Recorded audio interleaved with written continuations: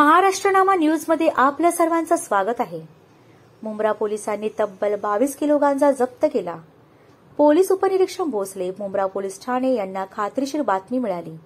दिवा खर्दी रोड दिवा मुंब्रा येथे एक इसम गांजा या अंमली पदार्थाची विक्री करण्याकरता येणार आहे। मिळालेली माहिती वरिष्ठ पोलीस निरीक्षक कोल्हाटकर यांना देऊन त्यांच्या मार्गदर्शक व सूचनेप्रमाणे सापळा लावून इसम नामे रहमत खान, तमीज खान, वय वर्ष 33, राहणार Galaxy apartment, room number 7, Almas colony, Sainik Nagar, Mumbra तालुका, जिल्हा ठाणे, मूळ पत्ता लाडखडी, उमर मस्जिदच्या जवळ, अमरावती यांच्याकडील कारसह ताब्यात घेण्यात आले। 2,75,000 रुपये किमतीचा 22 किलो गांजा, 2 लाख किमतीची हुंडाई कार, 30,000 किमतीचे 2 मोबाईल फोन असा एकूण 5,05,000 रुपये किमतीचा मुद्देमाल हस्तगत करण्यात आला। सदरचा 22 किलो गांजा त्याने मोहम्मद सादिक, राहणार रहिमतनगर, तालुका धारणी, जिल्हा अमरावती यांच्याकडून आणला असल्याचे सांगितले आहे। नमूदबाबत गुन्हा दाखल करून पुढील कारवाई करत आहेत।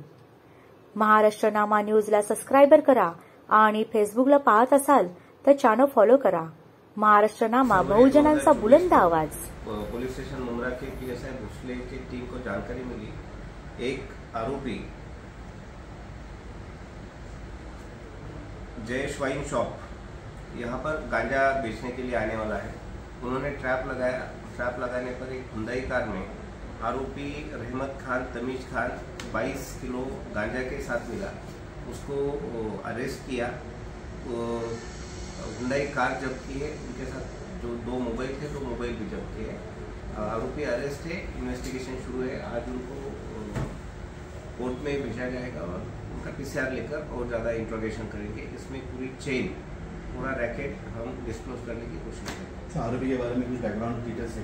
आरोपी अलमास कॉलोनी मुंब्रा का रहने वाला है। बेसिकली वो अमरावती का है। उसके बारे में और डिटेल्स हम चेक करेंगे। काफ़ी बड़ा माल मतलब बड़ी रिकवरी है सर। इसके बारे और नॉर्मली रैकेट्स वगैरह कुछ पता चल रहा है कि आगे इसके लिए हम ये कहाँ बेचने के लिए आया था, किसके साथ में कॉन्टैक्ट्स में था मुंब्रा में?